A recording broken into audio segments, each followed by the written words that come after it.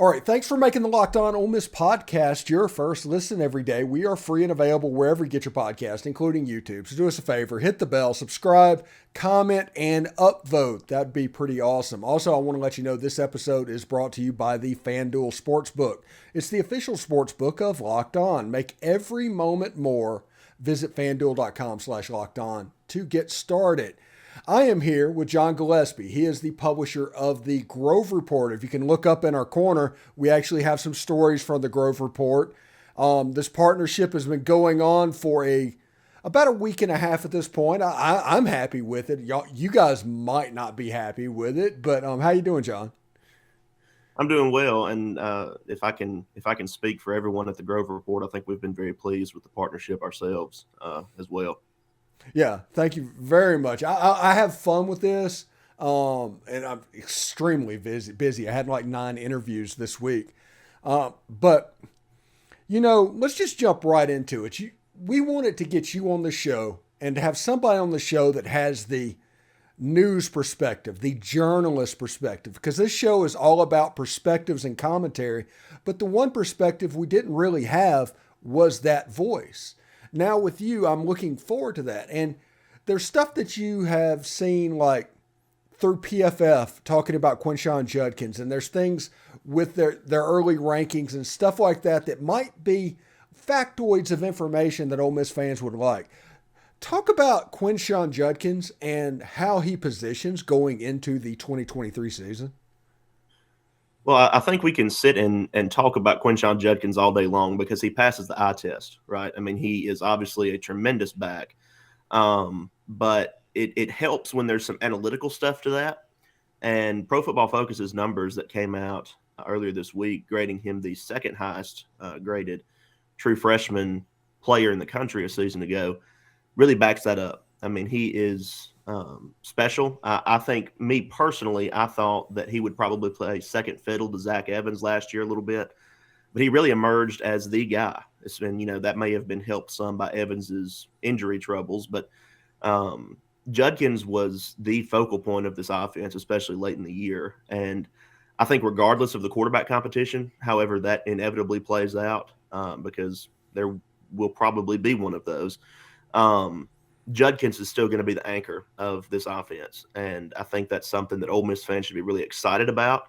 Being able to sign him to a new NIL deal this offseason, kind of keep him in, Oxford, because I'm sure there would be other programs right now who have seen what he's done on the field and would really, really like to get in on that. But on the Pro Football Focus side of things, though, it really helps me at least to be able to see that, hey, he's not just passing the eye test, he's passing the numbers test as well. Yeah, absolutely. And you look at Pro Football Focus, they also think pretty highly of Ole Miss in their top 25 rankings as well. Tell me about that. Tell me where it kind of is at the moment. Well, I think the opinion across different publications who put out these way too early top 25s. I mean, really things will continue to evolve as next fall approaches. So this is not going to be set in stone gospel, so to speak. But it is kind of a good indicator to see where people think these programs are potentially going to be when September rolls around. Ole Miss is usually coming in the 20-ish range, somewhere between 19 and 25. And I think some of that, is that they see that there's a lot of talent still on this roster. Some young talent, Judkins, namely. A lot of people assuming before the transfers of the quarterback position that Jaxson Dart was going to take another step forward, and he may still do that. He may win the competition and do that. But I think that that's really why they are, one, just including Ole Miss in these way too early top 25s, but two, they are, in the lower half of that because of the lackluster finish to the season in 2022. Starting off 7-0 and then kind of falling off there down the stretch. I think that's really kind of affected a lot of people's opinions, and I would say rightfully so. I mean, the Ole Miss team looked different in the latter portions of the year. I think the Alabama loss was very deflating. just from that perspective, because so much was built into that game and they almost got it. But then after that, it kind of felt like the wheels fell off a little bit. But yeah, I think it's a testament to what Lane Kiffin so far has built in Oxford, even with the lackluster finish last year. Because, we're talking 4 or 5 years ago where there is no chance Ole Miss is even sniffing the top 25 at any point in time, on the NCAA probation and everything like that. So the turnaround, I still believe, has been really, really quick, really shocking, I would say. And, I'm sure that Ole Miss fans are really hoping that continues to move in that direction. But there are some questions that have to be answered this offseason, as, to try to remedy that falling apart that happened a season ago. Yeah, and let's talk about the thing that honestly we're going to be talking about for the next 8 months, and that's the quarterback competition. I interviewed Bill Flowers. I talked to him probably about an hour ago, and he brought up something that I have not heard anybody else say. And he said whenever he watched it, Dart had the problems with getting the ball out of his hand quickly. And with that happen, that hampered the whole offense. That may have been the impetus for bringing in the new quarterbacks. He said that whichever quarterback can not turn the ball over and get the ball out of his hands quickly, feed Quinshon Judkins, that is going to be the quarterback in 2023. What say you? I think that's a simple formula, and I think that's probably a right formula. I think, okay, so I've been of the opinion, not fact-based, but I think that really the year 2 to year 3 step for quarterbacks is big. And this was Jaxson Dart's year 2, if you count his first year at USC as year 1. And I think that he was going to make a step this offseason, and I think he may still make a step this offseason in the right direction. But I do also believe that Lane Kiffin pursued these quarterbacks out of the portal for a reason, and I think that reason could be twofold. I think on one hand, he's thinking, okay, let's get these talented quarterbacks in because more talent is never a bad thing. And let's see who can potentially win this competition. On the flip side of it, that doesn't mean he's counting Jaxson Dart out of this competition. It may just mean that, hey, let's see him prove it to me by beating out these really good guys that have come in. So, I mean, there's definitely going to be a lot of talk about this quarterback room this offseason and leading up to the fall. I know that may be somewhat of kind of a mental block for some Ole Miss fans because it feels like they just went through this last season with Dart and Altmaier. But I think that it's something that there is some strategy to it. And I think that is the strategy. Because let's say that Spencer Sanders wins the quarterback competition, okay? That means you've upgraded from Jaxson Dart. If Jaxson Dart wins the quarterback competition, that means you've upgraded on Jaxson Dart from a season ago, and you have now a better version of Jaxson Dart. So I think that's kind of the thought process there. I don't know which quarterback is necessarily better or worse. I don't.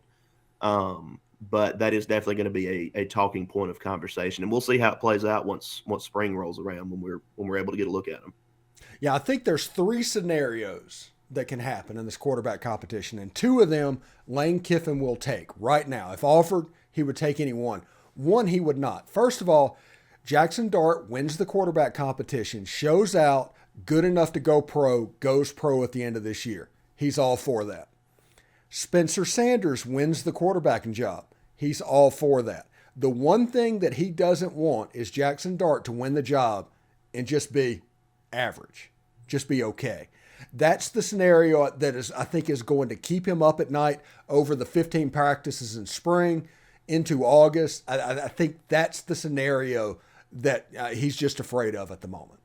Well, and that kind of goes into what I was, my vein of thinking as well, is that I don't think you bring in these higher level, if we can call them that, transfer quarterbacks wanting average to be the end result, regardless of who wins the competition. I don't think you bring all of these guys in because all 3 of these guys are transfers over the last 2 years. So I don't think you bring these guys in if you want average, if you're okay with average. I think that whoever wins this quarterback competition is going to need to separate themselves and be above average to really good. And so, yeah, I completely agree with that. I think that that's a really good way of phrasing it. And before we get out of here, let's talk about this spring practice schedule that got set. It looks like they're going to go Tuesday, Thursday, Saturday, and Saturdays are going to be open to the public. But here's the kicker. There's 3 practices after the Grove Bowl, which to me is kind of cool because I'm always looking at a situation. I'm like, how is that going to be beneficial for Ole Miss? And then you immediately think of the Grove Bowl that Jaxson Dart had last year and how that haunted him for 3 months after that game happened. Now he's got 3 practices to get right. He can go out on a good note. I guarantee you in this situation, if they did that last year, Jaxson Dart would have been scripted a practice that he would be successful. He would go out with a smile on his face. They'd go into off-season workouts and be fine. I think this is a good situation for a quarterback competition because it's obviously going to springboard both quarterbacks into the summer. Yeah, I totally agree because I think there are some things now. You will obviously they'll obviously have things on film from these practices, but the Grove Bowl being kind of a simulated game type experience, and seeing how different players, especially while we're on it, talking about the quarterbacks, especially the quarterbacks. Seeing how they respond to the offense in those situations, I think is huge. And then you can look at, go back in these last 2 or 3 practices that you have after the Grove Bowl and tweak those things. You can say, hey, Jaxson, or hey, Spencer, here's something that you didn't do right. Here's this read, that kind of thing. And I think that that's huge because we're used to the Grove Bowl being it for spring, that being the end of it. But I think that it sets up well, especially for a quarterback competition, and any other positions of interest that individual coaches may have, to kind of tweak some more things heading into summer workout season. Yeah, absolutely. Anyway, thanks again for making the Locked On Ole Miss podcast your first listen every day. Make sure you check out our brand new podcast. It's called Locked On College Basketball. It's got everything you need to know about college basketball in one place. Plus, you get to hear from big-name experts, insiders, coaches, and players. It's Locked On College Basketball. It's available on YouTube and wherever you get your podcasts. John, man, I am completely fired up. I'm so glad you came on. Hopefully, we can do this again pretty quick, bud. Absolutely. Thank you, Stephen. All right. You have a good day, man. Hotty toddy.